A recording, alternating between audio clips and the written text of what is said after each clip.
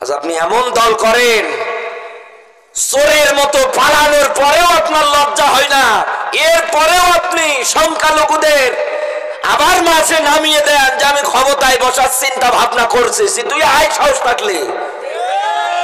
এদেশের মানুষ ফেরাউনকে যেমন সুটকি বানিয়ে রেখে দিয়েছে, আজও মানুষ দেখতে যায়, আপনাকে ওই রকম করে রাখবে। আল্লাহর বিধান আল্লাহ স্পষ্ট আকারে দিয়েছে, একেবারে সোজা পথ, সহজ পথ, মানতে পারে না। ও দেখেন আঁকা বাঁকা পথে জীবন পার করছে। এই মানুষগুলোর ব্যাপারে আমি একটা উদাহরণ দিচ্ছি, আপনাকে একটু ভালো করে বুঝবেন।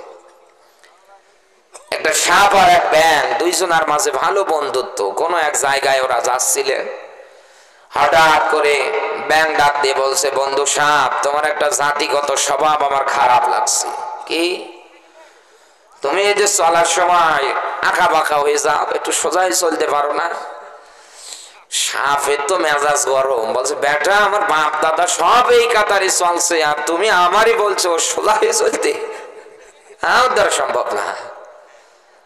বলছে শুধু আমার দিকটা তাকাও, নিজের দিকে তাকিয়ে দেখো, নিজেও তো লাভ দিয়ে দৌড়াচ্ছ, আবার আমারই বলছো আঁকা বাঁকা। তো সাপ রাগারাগি একটা পর্যায় করে বলছে, তোরে দুনিয়ায় আর বাঁচিয়ে রাখবো না। সাপের একটা স্বভাব, সাপ যদি রেগে যায় ও সবল মারতে তেরে আসবে। ওই ব্যাঙকে ধরতে চাচ্ছে, ব্যাঙ জীবন বাঁচানোর তাগিদে লাভ দিয়ে যাচ্ছে। হঠাৎ এক পুকুর পুষ্করণীতে আস্তে করে লাভ দিয়েছে। ব্যাঙ উপরে দাঁড়িয়ে, সাপ ব্যাঙ যখন লাভ দিয়েছে, সাপ উপরে দাঁড়িয়ে ফো করে আওয়াজ দিচ্ছে, কখন উঠবি, তোর বাটা ফাটিয়ে সাইজ করবো। কিন্তু ব্যাঙ তো ওঠে না, ও জানে আমি উঠলে আমার জীবন শেষ হয়ে যাবে। ওই রাস্তা দিয়ে যাচ্ছেন, এক রাখাল তাকিয়ে দেখছে সাপ একেবারে আসছে মারা মেরে সোজা করে রেখেছি। ব্যাঙ পানিতে গোটার পরে বলছে, বন্ধু তোর কত করে বললাম সোজা হয়ে চল, শুনলি না? মরার পরে তো ঠিকই সোজা হয়ে গেলি।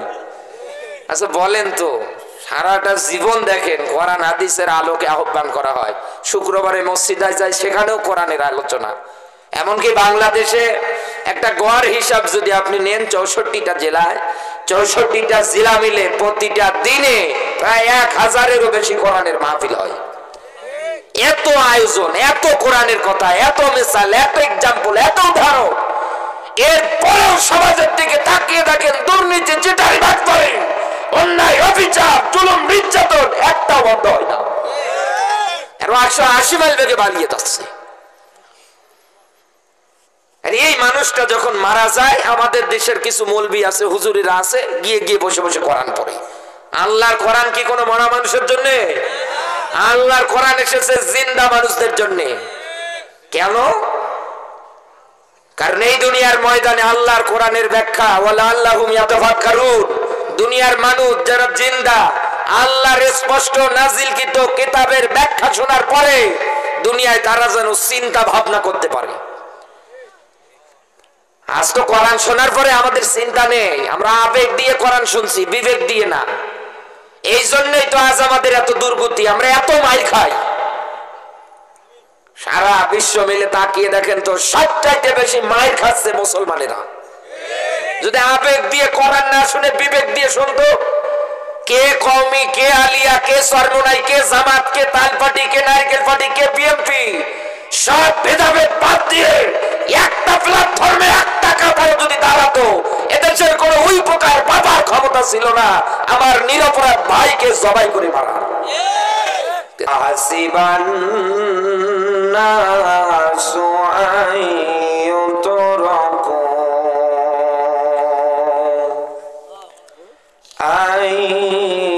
আইয়াকুলু আমান্না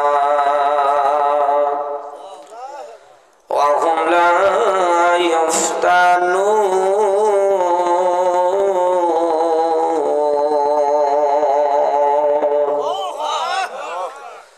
সাদাকাতা ইয়া রাব্বানা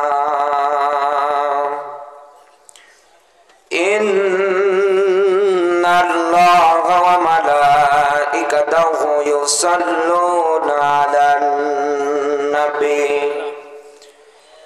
ইয়া আইয়ুহাল্লাযীনা আমানু সাল্লু আলাইহি ওয়া وسلموا تسليما اللهم صل على سيدنا مولانا محمد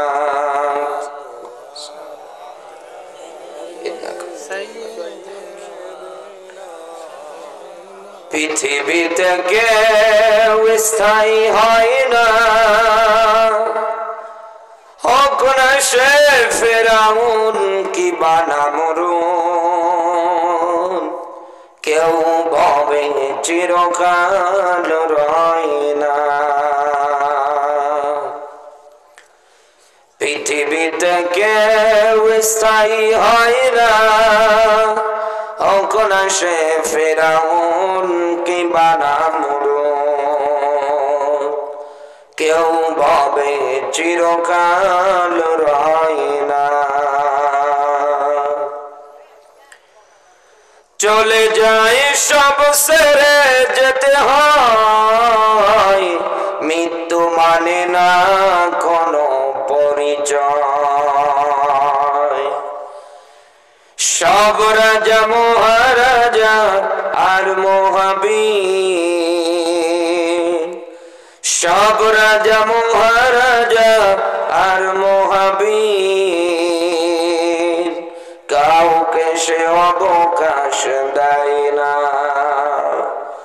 কেউ ভাবে চিরকাল রয় না। ফেরাউন শ্রেষ্ঠ ছিল না, মৃত্যু তাকেও ছেড়ে দিল না। থেকে গেছে তার সব স্মৃতি চিহ্ন, থেকে গেছে তার সব স্মৃতি চিহ্ন। ফেরাউন শুধু ভবে রয় না। এই সেই পিরামিড দাঁড়িয়ে আকাশের দিকে মাথা বাড়িয়ে, ইতিহাস হয়ে আছে চিরকাল, ইতিহাস হয়ে আছে চিরকাল। ফেরাউন শুধু ভবে রয় না। নীল নদ আছে থাকবে, চিরদিন সত্যকে ডাকবে, ডেকে ডেকে বলে যাবে দিন রাত, ডেকে ডেকে বলে যাবে দিন রাত। কেউ যেন ফেরাউন হয় না। পৃথিবীতে কেউ স্থায়ী হয় না, হোক না সে ফেরাউন কি বানামরুন, কেউ ভাবে চিরকাল রয় না। আলহামদুলিল্লাহ। বাংলাদেশের ঐতিহ্যবাহী জেলা জয়পুরহাট সদর থানার অন্তর্গত শালগাঁও ইসলামী যুব সমাজের উদ্যোগে প্রথম বাৎসরিক বিরাট তাফসিরুল কোরআন মাহফিল। আজকের এই তাফসিরুল কোরআন মাহফিলের সভাপতির দায়িত্ব যিনি পালন করছেন জনাব মাওলানা মোহাম্মদ লুৎফর রহমান, শ্রদ্ধাভাজন ওস্তাদের জন্য দোয়া করছি, আল্লাহ পাক তার এই গোলামকে যেন নেক হায়াত দান করে, বলেন আমিন। আজকের মাহফিলের প্রধান অতিথি জনাব মোহাম্মদ বেলাল হোসেন মোল্লা, সভাপতি সমিতি বোর্ড জয়পুরহাট পল্লী বিদ্যুৎ সমিতি। আমরা ভাইয়ের জন্য দোয়া করি, আল্লাহ পাক ভাইকে যেন কবুল করে দিন আর ইসলামের জন্য, বলেন আমিন। আলোচনা রেখেছেন শ্রদ্ধাভাজন বড় ভাই মাওলানা মোহাম্মদ আরমান আলী সন্দবাদী। এরপরে কথা বলেছেন মাওলানা মোহাম্মদ আবু নাঈম, যত আলেমে জায়গায় কথা বলেছে আল্লাহ সব আলেমদের কথা বাস্তব জীবনে মানবার আমল করবার যেন তৌফিক দান করে, বলেন আমিন। দল মত নির্বিশেষে প্রাণ প্রিয় জয়পুরহাটবাসী আল্লাহ দরবারে নত শিরে শুকরিয়া আদায় করছি যে মহান মালিক হাজার হাজার মানুষের ভিতর থেকে বাছাই ছাঁটাই করে কোরআন কারীম বলবার এবং শুনবার জন্য কবুল করেছেন। খুশি হয়ে বলছি আলহামদুলিল্লাহ। কোরআনের আয়োজনে মনে হয় আমরা রাগ করে আছি, মন খারাপ। এই সাইডের লোক মারা গিয়েছে, এই সাইডটা জিন্দা আছে। আপনারা কি মরা না জিন্দা? আরো জোরে বলে। এখানে আমার ওস্তাদ বসে আছে, যা জুতো টানার যোগ্যতা আমার নেই। জিজ্ঞাসা করেন কোরআনের আয়াত লিতুখরিজান নাসা মিনাজ যুলুমাতি ইলান নূর, এই যে লাম শব্দটা ব্যবহার করেছে আল্লাহ কোরআনে জিন্দা মানুষদের জন্য। হুদাল্লিন নাস, এখানেও লাম আছে, লিন নাস এখানেও লাম আছে। আল্লাহরে কোরআন অন্ধকারের পথ থেকে আলোর পথ দেখাবে তাদের, দুনিয়ায় যারা জিন্দা। কিন্তু আজ আমাদের দুনিয়ার নিয়ম নীতি বড়ই অদ্ভুত। সারা জীবন দেখবেন কোরআন এবং হাদিসের বিরুদ্ধে। কত কায়দায় ওকে বোঝানো হয় কোরআন হাদিসের আলোকে, ইয়া আইয়ুহাল্লাযীনা আমানু লা তাকুলুর রিবা, ওহে ঈমানদার খবরদার দুনিয়ায় চক্রবৃদ্ধি হারে সুদ খাবি না। ওয়াত্তাকুল্লাহ, আল্লাহকে ভয় করো। মসজিদের ইমাম সাহেব এ বিষয়ে কথা বলতে গেলে চাকরি পর্যন্ত হারাচ্ছে, তাও আল্লাহর বান্দা সুদ খাওয়া বন্ধ করবে না। এইরকম ক্যাটাগরির মানুষ নেই। আল্লাহর কোরআন এসেছে জিন্দা থাকাকালীন অবস্থায় আপনাকে সুদের, ঘুষের, জুলুম নির্যাতনের যত পথ আছে সবগুলো পথ থেকে বের করে একেবারে আলোর পথে নিয়ে যাওয়ার জন্য। কিন্তু আমাদের নিয়ম নীতি উল্টোটা। সারা জীবন দেখবেন কোরআন এবং হাদিসের বিরুদ্ধে, আর যেই দিন মারা যায় ওই দিন গিয়ে বসে বসে কোরআন পড়ছে। সে সময় কোরআন পড়ে কোনো লাভ আছে? ফায়দা হবে না। সারা জীবন আপনাকে ডাকা হয়, আহ্বান করা হয়। এলাকায় কি মানুষ কম? অনেক মানুষ আছে। যদি প্রত্যেক বাড়ি থেকে দুজন করে আসতো এই মাঠে জায়গা দেওয়া যেত না। আমি মনে হয় ভুল বলছি, জায়গা দেওয়া যেত, কিন্তু আসে না। ওরাও জানে জায়গায় কোরআন হাদিসের কথা হবে, কিন্তু আসে না। ওই যে আঁকা বাঁকা আসই চলছে। আল্লাহর বিধান আল্লাহ স্পষ্ট আকারে দিয়েছে, একেবারে সোজা পথ, সহজ পথ, মানতে পারে না। ও দেখেন আঁকা বাঁকা পথে জীবন পার করছে। এই মানুষগুলোর ব্যাপারে আমি একটা উদাহরণ দিচ্ছি আপনাকে, একটু ভালো করে বুঝবেন। একটা সাপ আর এক ব্যাঙ, দুইজনের মাঝে ভালো বন্ধুত্ব। কোন এক জায়গায় ওরা যাচ্ছিলেন, হঠাৎ করে ব্যাঙ ডাক দিয়ে বলছে, বন্ধু সাপ, তোমার একটা জাতিগত স্বভাব আমার খারাপ লাগছে। কি? তুমি এই যে চলার সময় আঁকা বাঁকা হয়ে যাও, একটু সোজাই চলতে পারো না? সাপের তো মেজাজ গরম, বলছে বেটা আমার বাপ দাদা সব এই কাতারে চলছে, আর তুমি আমারই বলছো সোজা হয়ে চলতে? আমার দ্বারা সম্ভব না। বলছে শুধু আমার দিকটা তাকাও, নিজের দিকে তাকিয়ে দেখো, নিজেও তো লাভ দিয়ে দৌড়াচ্ছ, আবার আমারই বলছো আঁকা বাঁকা।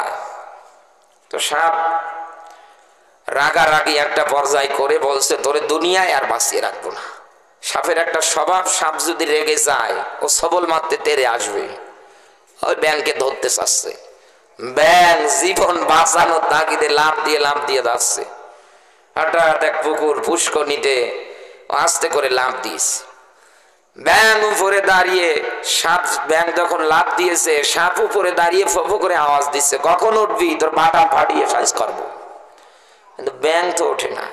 ও জানে আমি উঠলে আমার জীবন শেষ হয়ে যাবে। ওই রাস্তা দিয়ে যাচ্ছেন এক রাখাল, তাকিয়ে দেখছে সাপ একেবারে আইসা মারা মেরে সোজা করে রেখেছি। ব্যাঙ পানিতে গোটার পরে বলছে, বন্ধু তোর কত করে বললাম সোজা হয়ে চল, শুনলি না? মরার পরে তো ঠিকই সোজা হয়ে গেলি। আচ্ছা বলেন তো, সারাটা জীবন দেখেন কোরআন হাদিসের আলোকে আহ্বান করা হয়। শুক্রবারে মসজিদে যায়, সেখানেও কোরআনের আলোচনা। এমনকি বাংলাদেশে একটা গড় হিসাব যদি আপনি নেন, 64টা জেলায়, 64টা জেলা মিলে প্রতিটা দিনে প্রায় 1000-এরও বেশি কোরআনের মাহফিল হয়। এত আয়োজন, এত কোরআনের কথা, এত মিসাল, এত এক্সাম্পল, এত উদাহরণ, এরপরেও সমাজের দিকে তাকিয়ে দেখেন দুর্নীতি, চিটারি বাটপারি, অন্যায়, অবিচার, জুলুম, নির্যাতন একটাও বন্ধ হয় না। 180 মাইল বেগে বাড়িয়ে যাচ্ছে। এই মানুষটা যখন মারা যায়, আমাদের দেশের কিছু মৌলবি আছে, হুজুরিরা আছে, গিয়ে গিয়ে বসে বসে কোরআন পড়ে। আল্লাহর কোরআন কি কোনো মরা মানুষের জন্য? আল্লাহর কোরআন এসেছে জিন্দা মানুষদের জন্য। কেন? কারণ এই দুনিয়ার ময়দানে আল্লাহর কোরআনের ব্যাখ্যা, ওয়ালা আল্লাহুম ইয়াতাফাক্কারুন, দুনিয়ার মানুষ যারা জিন্দা আল্লাহর স্পষ্ট নাজিলকৃত কিতাবের ব্যাখ্যা শোনার পরে দুনিয়ায় তারা যেন চিন্তা ভাবনা করতে পারে। আজ তো কোরআন শোনার পরে আমাদের চিন্তা নেই, আমরা আবেগ দিয়ে কোরআন শুনছি, বিবেক দিয়ে না। এই জন্যই তো আজ আমাদের এত দুর্গতি, আমরা এত মাইর খাই। সারা বিশ্ব মিলে তাকিয়ে দেখেন তো, সবচাইতে বেশি মাইর খাচ্ছে মুসলমানেরা। যদি আবেগ দিয়ে কোরআন না শুনে বিবেক দিয়ে শুনতো, কে কওমি, কে আলিয়া, কে সরমনাই, কে জামাত, কে তাল পার্টি, কে নারকেল পার্টি, কে বিএনপি, সব ভেদাভেদ বাদ দিয়ে একটা প্ল্যাটফর্মে একটা কাতারে যদি দাঁড়াতো, এদেশের কোন ওই প্রকার বাবার ক্ষমতা ছিল না আমার নিরপরাধ ভাইকে জবাই করে মারা। কিন্তু আমরা মুসলমানেরা তো ঐক্যতার কাতারে নেই, আমরা মুসলমানেরা তো এক প্ল্যাটফর্মে নেই। আমরা আছি দল বানানো নিয়ে, কে কয়টা দল বানাতে পারে। কেন এত ভেদাভেদ, কেন এত দলাদলি, কেন কেন এত হানাহানি, কাটাকাটি? আল্লাহর কোরআনের আয়াত, ওয়ালতাকুম মিনকুম উম্মাতুন ইয়াদউনা ইলাল খায়র, সূরা আলে ইমরান 3 নাম্বার সূরা 4 নাম্বার পারার 104 নাম্বার আয়াত। একটু খেয়াল করবেন শুধু। জয়পুরহাট মাসি আল্লাহ রাব্বুল আলামিন ডাক দিয়ে বলতেছেন, বান্দা তোমাদের মধ্যে একটা মাত্র দল থাকা দরকার। এ কথা কার? আরো জোরে বলেন। এই আয়াত অনুযায়ী দুনিয়ায় দল থাকা দরকার কয়টা? একটা। আল্লাহ পাক বলেন এই একটা দলের আবার দুইটা কর্মসূচি, দুইটা বৈশিষ্ট্য তোমরা তাকালে দেখতে পারবা। তার এক নম্বরে হচ্ছে ইয়ামুরুনা বিল মারুফ, ওরা সৎ কাজ যেখানে, ওই জায়গার মধ্যে গিয়ে আরো বেশি করে সৎ কাজের আদেশ দেবে। সমাজে হোক, রাষ্ট্রে হোক, রাজনৈতিক জীবনে হোক, যেখানেই হোক না কেন, ওই দলটার দিকে তাকালে দেখতে পারবা ওরা সৎ কাজের আদেশগুলো একাধারে দুনিয়ায় বাড়িয়ে দেবে। 2 নম্বরে পৃথিবীর ময়দানে অসৎ কাজ যা আছে সবগুলো বন্ধ করে দেবে। আপনি যদি বলেন এই আয়াতের সারমর্ম সম্পর্কে আমি আরো ব্যাখ্যা চাই, এবার আসেন কোরআনের আয়াত আবারও বলছি। আল্লাহ পাক বলেন কুনতুম খায়রা উম্মাতিন উখরিজাত লিন-নাস, আল্লাহ পাক বলেন আমি তোমাদেরকে মানুষের মধ্য থেকে একেবারে শ্রেষ্ঠ করে বানিয়েছি। কেন জানো? দুনিয়ার ময়দানে সৎ কাজে আদেশ দাও আর অসৎ কাজগুলোর মধ্যে তোমরা বাধা দাও। তামাম দুনিয়া মিলিয়ে দেখেন বন্ধু, আল্লাহর এই ঘোষিত দলের বিধান অনুযায়ী দুনিয়ায় যারা সৎ কাজে আদেশ আর অসৎ কাজে বাধা দিতে যায়, তাদের দলের নিবন্ধন পর্যন্ত বাতিল হয়। তাদের দলের হাজারো নেতা কর্মীকে রাত 12টায় 1 মিনিটে ফাঁসির দড়িতে পর্যন্ত ঝুলিয়ে মেরেছে। না, এখানে কথা বলা যাবে না তো, আমি তো এখানে কথা বলতে দেবো না, আপনারা বললে তো আমার ডিস্টার্ব হবে। আমার বন্ধুরা এদিকে তাকান, এই আয়াতটা থেকে আমি আপনার মাঝে স্পষ্ট ব্যাখ্যাটা উঠিয়ে দিতে যাচ্ছি। এখন বাস্তবে আমার কথাগুলো বিবেক দিয়ে একটু শোনার চিন্তা ভাবনা করেন। আল্লাহ বলেন এই একটা দলের কর্মসূচি এই দুইটা, কারণ তাদেরকে আমি আল্লাহ দুনিয়ায় শ্রেষ্ঠ করে বানিয়েছি, আর তাদের কর্মসূচি হবে এই দুইটাই। কোরআনে কারিমে আল্লাহ রাব্বুল আলামিন আরো চমৎকার করে এই দলটার ব্যাপারে সুন্দর একটা তথ্য নিজে দিয়েছেন। আল্লাহ পাক বলেন উলাইকা হুমুল মুফলিহুন।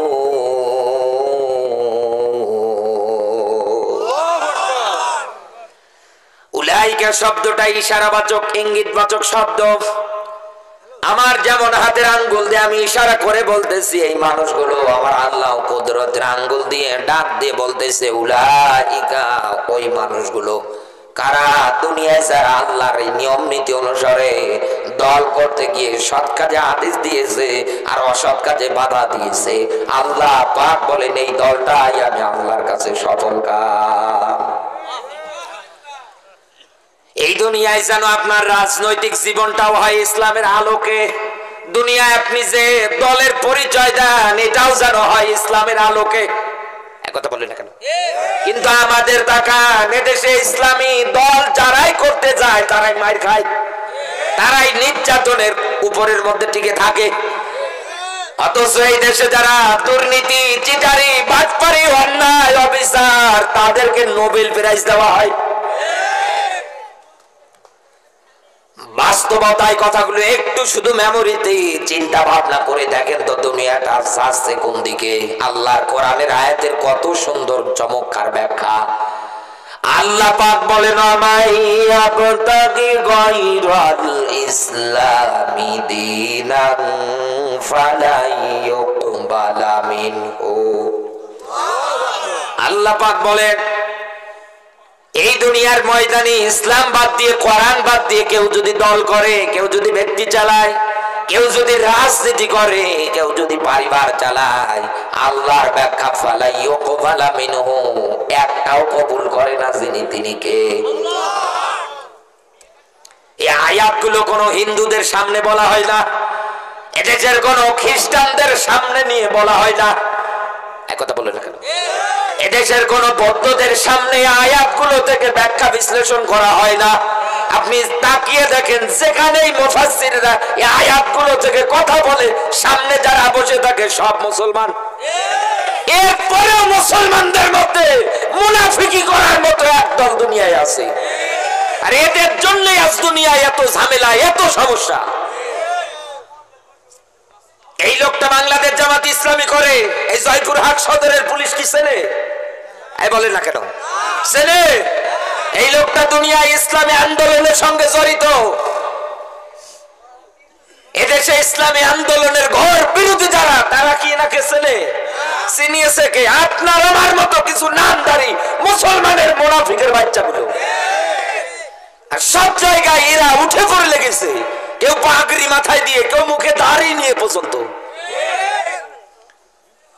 আপনি আমার কথা কি রাগ করেন? মন খারাপ করেন? আমি যা বলতেছি আপনাকে স্ট্রেট একদম সোজা কথা। আল্লাহর কোরআনের ব্যাখ্যা যদি এই হয়, ওর একটাও কবুল হয় না, হচ্ছে না, হবে না। ওয়া ফিল আখিরাতি মিনাল খাসিরিন, কিয়ামতের ময়দানে এই লোকটা ক্ষতিগ্রস্তের কাতারে দাঁড়াবে। আপনিও মুসলমান, আমিও মুসলমান, আপনি আমার ভাই। রাসূল বলেন একটা দেহের মতো। এই জন্য কোরআনে কারিমে আল্লাহ একটা সূরা পর্যন্ত দিয়েছে, 61 নম্বর সূরা 28 নম্বর পারার মধ্যে আল্লাহ একটা সূরা পর্যন্ত দিয়েছে, সূরা সফ। সব শব্দের অর্থ দলবদ্ধ, কাতারবদ্ধ, সারিবদ্ধ। এক কথা বলেন না কেন? আল্লাহ কি খেলা করার জন্য এই সূরা দিয়েছে? না। আল্লাহ যেমন দলের কথা বলেছে, কর্মসূচি দিয়েছে এবং ঘোষণা দিয়েছে সফল কাম, এটা বাদ দিয়ে কেউ যদি নিজের মন গড়া রাজনীতি আদর্শ মানে, ওর কোনোটাই কবুল হয় না, ও কিয়ামতে ক্ষতির কাতারে দাঁড়াবে। আপনি যেন না দাঁড়ান, এই জন্য আল্লাহ আপনাকে ডাক দিয়ে বলেছে, বান্দা দুনিয়াতে দলবদ্ধ হ, কাতারবদ্ধ হ, সারিবদ্ধ হ, ঐক্যতা অর্জন কর। কিন্তু আমাদের মাঝে আজ ঐক্যতা নেই। মুসলমান মুসলমানের জানের চেয়ে বড় দুশ্মন হয়ে বসে আছে। দেখলে যে এই রাস্তায় ও যায়, আমি যাব, ও চেহারা দেখবো না। অথচ রাসূল বললেন মুসলিম জাতি একটা দেহের মতো। সূরা হুজরাতের ব্যাখ্যায় আল্লাহর কোরআন জানিয়েছে মুসলমান মুসলমান পরস্পর পরস্পর ভাই ভাই। আমার ফ্যামিলিতে আমরা 3 ভাই 1 বোন, আমি সবার ছোট। আমি যদি বিপদে পড়ি, আমার 2 ভাই আছে বড়, ওনারা যদি শোনে, সবার প্রথম তাদের ছুটে আসা লাগবে। যদি আমার বিপদে তারা ছুটে না আসে, বিপদ থেকে বাঁচাতে যদি না আসে, তাহলে আমি বুঝে নেব এগুলো আমার ভাই না, এগুলো আমার দুশ্মন। শুধু নিজের ভাই না, রাসূল বুঝিয়েছেন একেবারে পুরো মুসলিম জাতিটাই ভাই ভাই, একটা দেহের মতো। এখানে কেটে ফেললে যেমন ব্যথাটা এখান থেকে শুরু করে মাথা, মাথা থেকে শুরু করে পা অবধি পর্যন্ত টের পাবো। ডক্টরের কাছে যাব, সেলাই দেবে, ঔষধ দেবে, তবুও ব্যথা করবে, আমার পুরো শরীরে জ্বর আসবে। আমার একজন মুসলমান ভাইয়ের গায়ে কেউ যদি হাত দেয়, পুরো মুসলিম জাতি তো ওই রকম হওয়ার কথা না। আমরা তো পারি না, আমরা আরো বাড়ি দেখিয়ে দেই রাতের আধারে। আপনি কেমন মুসলমান বলেন তো? আগা কেটেছেন আর গরুর গোস্ত খেয়ে নাকি? মুসলিম শব্দের অর্থ আত্মসমর্পণকারী, স্যালেন্ডারকারী। আল্লাহর বিধান বিসমিল্লাহর বা থেকে সূরা নাসের সিন পর্যন্ত আল্লাহ যত মেসেজ, যত বাণী, বক্তব্য, যত কিছু দিয়েছে সব আপনাকে 100 দুনিয়ায় মানা লাগবে। আপনি যদি বলেন আমি আংশিক মানবো, তাহলে এই কোরআনের আয়াত কেটে বাদ দেন। ইয়া আইয়ুহাল্লাযীনা আমানু, ও হে ঈমানদার, উদখুলু, প্রবেশ করো, ফিস-সিলমি কাফা, আমার ইসলামে যদি আসতে চাও, প্রবেশ করতে চাও কমপ্লিট আকারে, কোড অফ লাইফ। ইসলাম মানার ক্ষেত্রে আংশিক মানা যাবে না, কোরআন মানার ক্ষেত্রে আংশিক মানা যাবে না, একেবারে পরিপূর্ণ মানা লাগবে। দুনিয়ায় যারাই পরিপূর্ণ ইসলাম এবং কোরআন মানতে গিয়েছিল, আপনি তাকিয়ে দেখেন তাদেরকে 14 বছর জেলখানায় আটকিয়ে রিমান্ড দিয়ে ইনজেকশনের মাধ্যমে দুনিয়া থেকে বিদায় করেছে। আপনি কিসের ভয় পান? কিসের ভয় পান? কিয়ামতে 1099টা যাবে জাহান্নামে আর একটা যাবে জান্নাতে। আপনার ভয় কিসের? রাসূল জানিয়েছেন আমার উম্মতদের মধ্যে কাতার হবে 73টা। এখানে আলেম নেই, জিজ্ঞাসা করেন। রাসূল বলেন আমার উম্মতের মধ্যে কাতার হবে 73টা, 72টাই যাবে জাহান্নামে আর একটা যাবে জান্নাতে। আজ আপনি এমন দল করেন, চোরের মতো পালানোর পরেও আপনার লজ্জা হয় না, এর পরেও আপনি সংখ্যালঘুদের আবার মাঝে নামিয়ে দেন যে আমি ক্ষমতায় বসার চিন্তা ভাবনা করছি। তুই আয়, সাহস থাকলে। এদেশের মানুষ ফেরাউনকে যেমন সুটকি বানিয়ে রেখে দিয়েছে, আজও মানুষ দেখতে যায়, আপনাকে ওই রকম করে রাখবে।